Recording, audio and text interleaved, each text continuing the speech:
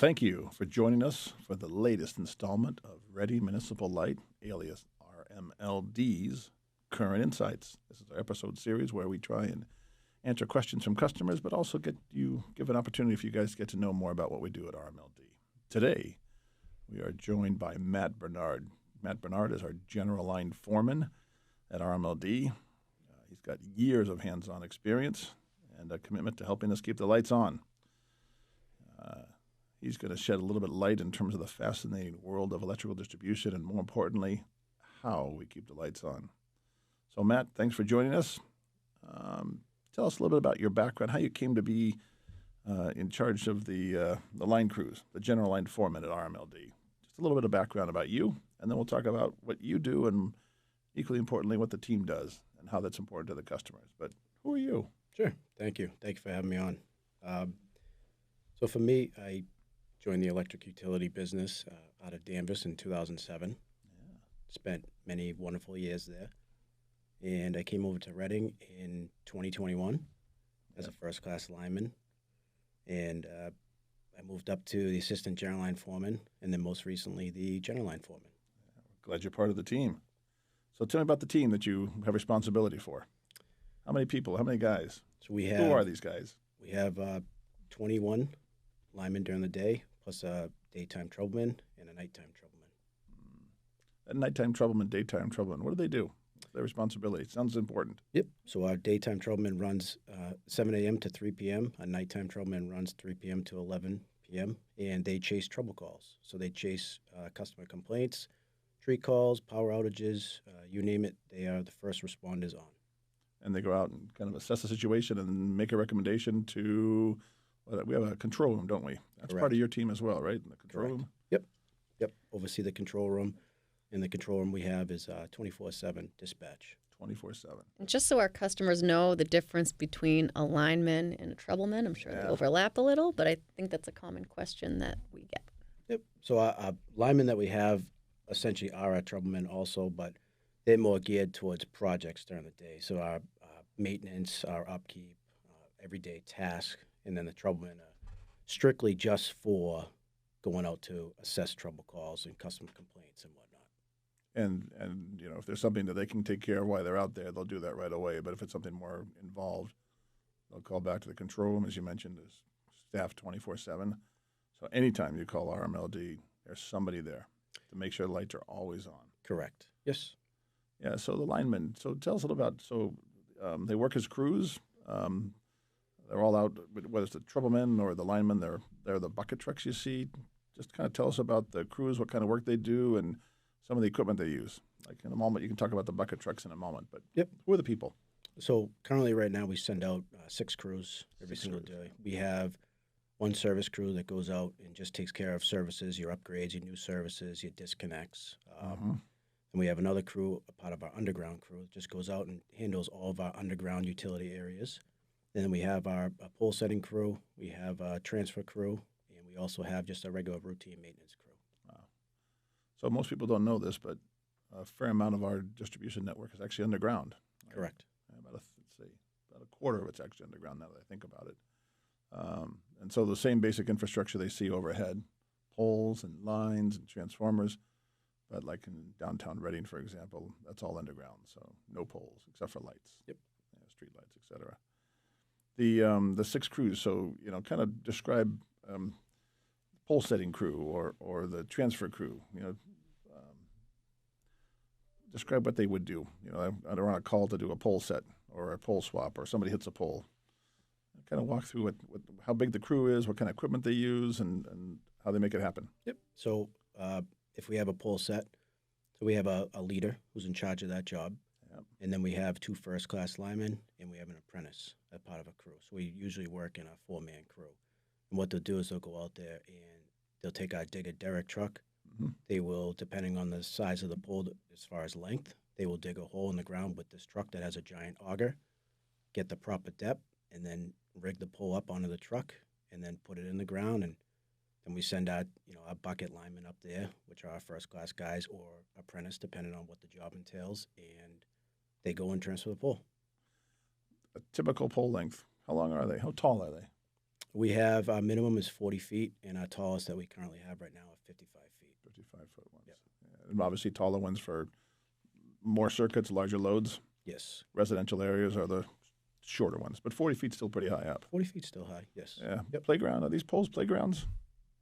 The guys have their fun with them. For Yeah, sure. the guys do. Yeah. But our customers shouldn't be playing on them, right? No. Yeah, no. They deserve respect. Correct. Yeah. Yep. Yeah. So that goes back to the safety element. Kind of talk a little. We'll come back to the cruise in a moment here, but talk a little about the things that customers should be aware of. We are very respectful of electricity, right, and the equipment associated with it. A lot of benefits of electricity, right? Makes lights work, right? Makes computers run, cell phones run, makes the TV run, dishwashers and all that kind of stuff. So a lot of value, but electricity deserves respect. So, kind of talk about some of the things that is important from a safety perspective and from an alert perspective, because our customers are, we have a lot of automation, but our customers are eyes and ears. So, kind of talk a little bit, Matt, about what our customers should be doing and not doing and how they can help us. Sure. So the biggest thing that customers can do to assist us is for our pad mount transformers is to not plant any shrubs or anything in front of them, because if there's a power outage or there's a problem, then we need access to that. And if we don't have access to it, it's going to prolong the outage.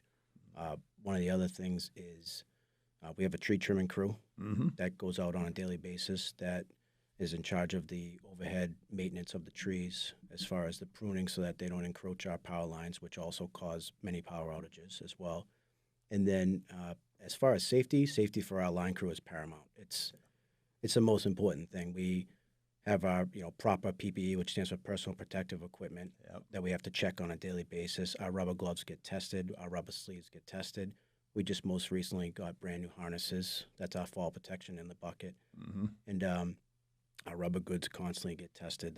That's our insulate and isolate as far as our work procedures. Can I ask what you test them with, what that process is? We actually send them out to a third party to be tested. But on our daily checks, we have daily testers for our rubber gloves that we test to make sure that there's no pinholes or anything. Yep. Like I said, safety is paramount, and that's our protection. So electricity you can't see, but if you're not respectful of it, it can hurt you. Very much. Yeah. So safety is paramount. And then, I think the basic things that we know over and over again. Julie, on the website, we have basic safety stuff. But, Matt, kind of talk just a little bit about, down lines and down poles, things that customers should not do. Yep. Yeah, so if you ever see a down power line, which, we should let the public know with everything with this. Down power lines are very dangerous. It can still be energized if it's on the ground. We go out to many calls on storms where the line is still burning on the ground, unfortunately. So you want to maintain your proper distance and not get into your step potential. And that means do not step anywhere close to that, because you can potentially be shocked by it. Be part of the circuit, Yes. You don't want that to happen. This circuit, be part of the current insights, but not part of the electrical circuit. Right. Best And always thing to do- assume that they're live if you see them down. The best thing to do is step back and call.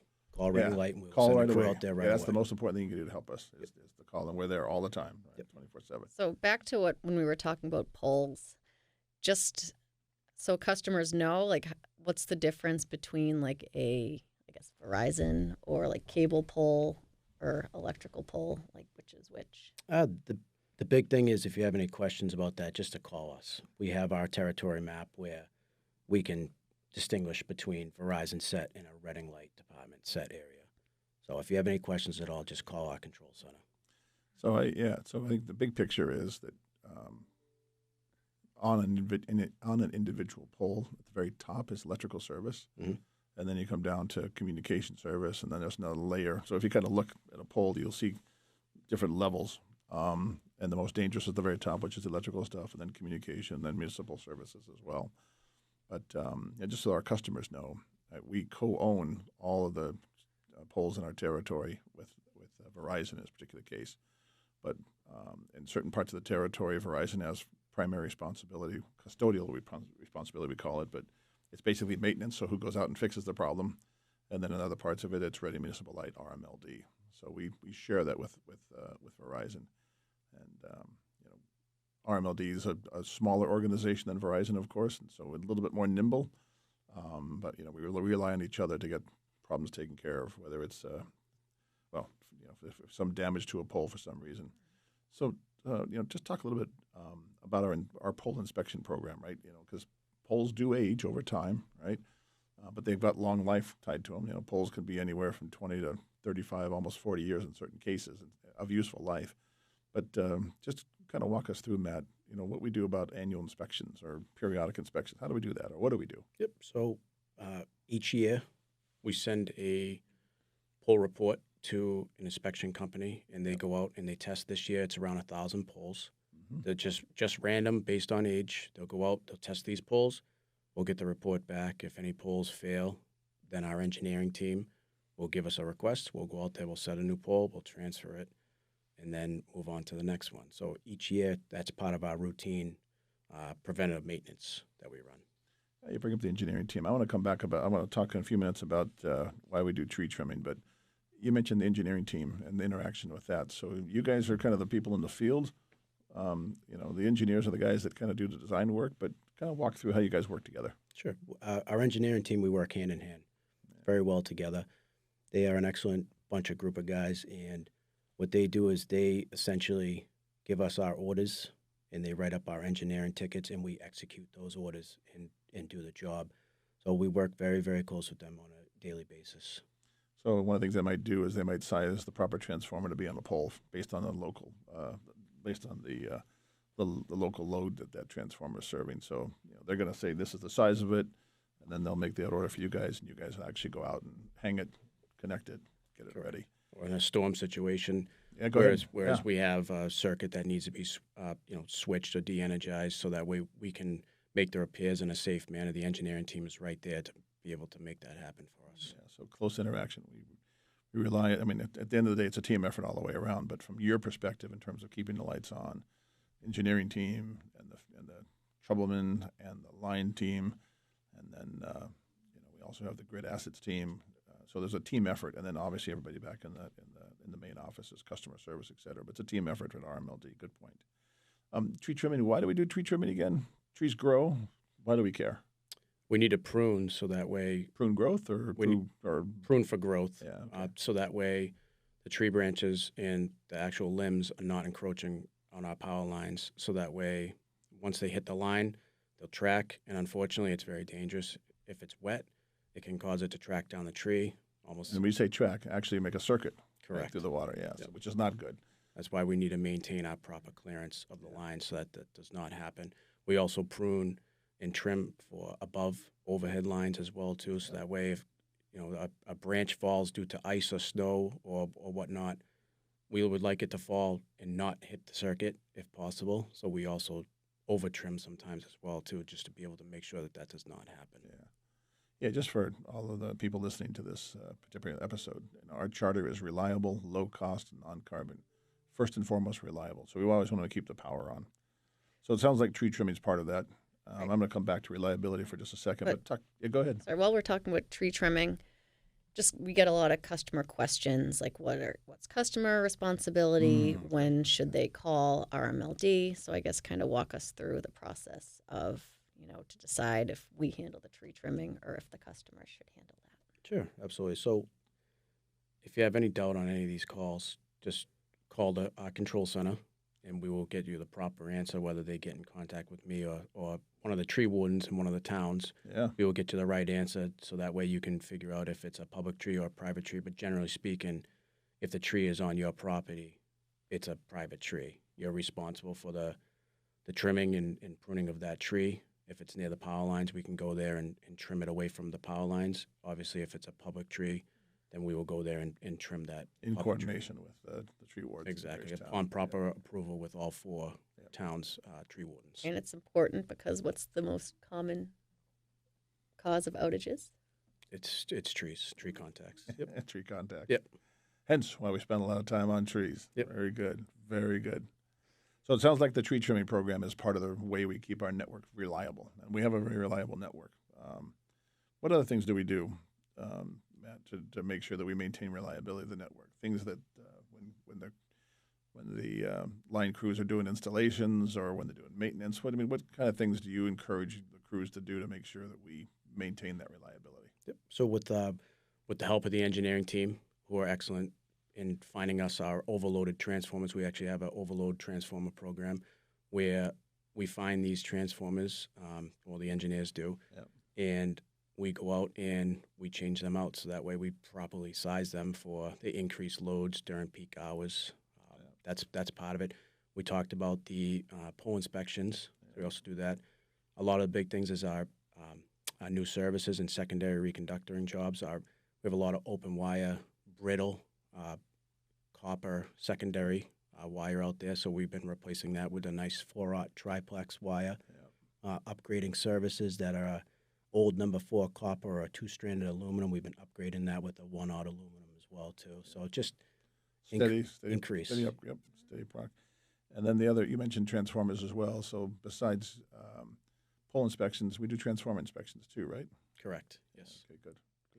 So back to what you said, you mentioned the importance of PPE and obviously the proper flame resistant things like that. But something that people might not think of is the extreme temperatures that linemen get put out in. I know the cold snap that we had last winter, the negative degrees, you guys were out there. So can you just talk about how our linemen stay protected in extreme conditions? So something where it's extreme conditions such as cold, we have extra layers that we can put on. We have coats, we have vests, we have the necessary suits that we can wear. So that way, God forbid, we do have to go out when it's really, really cold, below freezing. We have all the PPE to keep us warm. And what we try to do is we also, on very cold days, we like to try to stagger the work. So that way you do something for about an hour, you get in the truck, you're able to warm up for 10, 15 minutes and repeat the process. So that way you don't lose track of your day. So as Julie mentioned, right, proper PPE, right, personal protective equipment. But routine training. Talk a little about what we do with routine training for the line crews. So every single year we have a set training through NEPA, and one of the big things is CPR. We do CPR on a yearly basis. We do pull top rescue and bucket rescue, which are important everyday things that we need as well. We have enclosed and confined spaces, especially for our underground crew who have to go underground. We also have just regular, training every single year as far as work zone safety or an OSHA safety class. The biggest thing is hoisting. We all have our hoisting license. The biggest thing this year we found was that we did OSHA 10 training. Yeah. And we also had a work zone safety because, believe it or not, sometimes with the trucks being set up on the road with the flashes being on and the strobes and cones and like that, one of our biggest hazards, unfortunately, is traffic and motor vehicles. And we include police details on all of our main streets as well. So when you see a police detail, he's there for our protection as well too. So we got all that training this year with our work zone class. Yeah, and I think that brings up the related point, right? The whole RMLD team is there to serve the customers, right? To provide electricity, make sure it's reliable and low cost and non-carbon.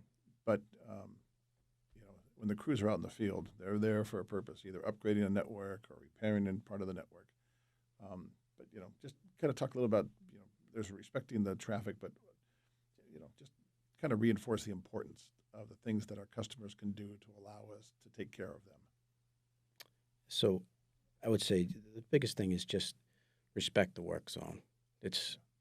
Don't if you see a police officer there, one of the biggest things is don't pull up and ask the police officer for directions or anything like that. So that way the police officer is not distracted. His duty there is to maintain the traffic control. So that way we're not getting cars Everybody's into our safe. work zone. Exactly. Yeah. Yep. I think And the that's work gets big. done quickly too, right? Correct. Right. And if it's a restoration problem or a situation where there's an outage, a pole got hit, or besides tree issues, the next thing right behind it is wildlife. Yeah. Animal contacts. Yep. Animal contacts. Yep. Exactly. We have different words for animal contacts, but anyways, yes, animal contacts, not a good thing when it talks about electricity because it usually causes an outage. But again, part of the reason for, from a customer perspective, respecting the work zone is so we can get those repairs done as quickly as we possibly can. Just talk a little more about that. How do we have a very reliable network, Matt? But what are some of the things that we do? Some of the procedures in place, how we think about staffing that we've established so that we can restore quickly. We try and minimize the outages, but if there is one, how do we make it so quick? We have a great group of guys. Our guys take much pride in getting that power back on as soon as possible. They want So to do it. when you go out there and you see the guys working and you try to talk to them, it's not that they're ignoring you. It's just their main focus is getting your power back on as soon as possible. They're a great group of guys with great personalities, and they'll talk to anyone as soon as the power is back and restore it. So as far as that, we have coverage 24/7. So if somebody has a power issue, they call our control center, even at 2, 3 o'clock in the morning. We have an on-call guy that will go out, assess the situation, come in. If we need more crews, we can get more crews, and that's 365 days a year. Yeah. So we don't have any days off. Yeah, our customers depend upon the lights always being, when you turn the switch on, the light stays on, right? And, some of it's for medical equipment, some of it's just for convenience, for cooking, whatever it might be, for doing homework, et cetera, et cetera. So at any given time, you have the troubleman on staff, but you also have a crew that's pretty much on standby, right? Like on call. We have a troubleman, and our troubleman is our first responder off hours. And then if he needs assistance, we have a call man who's on call 24/7 for the week. He can have the ability to make the call to call the call guy in, and then if we need more guys, then we will get more guys in as well to fix the problem. Great. Anything else that again, I think people have a sense now of what we do to take care of our customers, right? And the line crew's role is to make sure that everything's connected and that they're properly trained and properly equipped.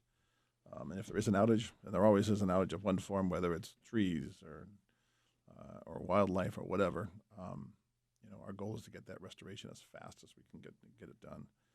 Any other requests from our customers to help you guys get your job done? Anything else stand out? I think you've covered most of the items, but I think that's it. Just know that our guys are out there, and like I said before, they take a lot of pride in getting your power back on and making sure that your outage time is very limited. So they will do their best to get it back on as soon as possible. It's one comment we always get is that it doesn't go out often, but when it does, that it's really quick, especially compared to neighboring areas. So that is something that we hear over and over again, which is great.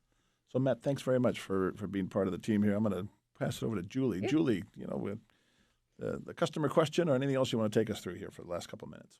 So just one final thing before we get to the customer question is just about, aside from keeping our power on, our line crew are a valuable part of the community. We get many requests for, trucks to come to community events, and Matt and his crew always delivers. And there's even some linemen that have certain swag items that they take pride in giving to children while they're out and about, like sunglasses and hats. So, kids love trucks, and I just think it's wonderful that our line crew are approachable so and sociable. Yeah. They're great with people once the work is done. Right? We love that too. Yeah, we love going out there. We love being a positive influence in the community and being a positive presence in the community as well too. Whether it's going out there showing our trucks, we've gone to schools to give demos with elementary school, and we had a question and answer session with the students and the teachers and everything like that. It was wonderful. See a smile on everybody's faces. It's all worth it. It really is. Super. Yeah. Well, thank you, Matt, for joining us. So we will close with a customer question. So this is from Joe in Linfield. Thank you, Joe, for your question. So how long will it take for my solar panels to pay for themselves once they are installed? Well, great question, Joe. It looks like you had a specific item, a 6.5 kW system, and you mentioned there are incentives in place. So RMLD has an incentive program, state and federal taxes. There's additional incentives that you might qualify for. Our website has a lot of information on it.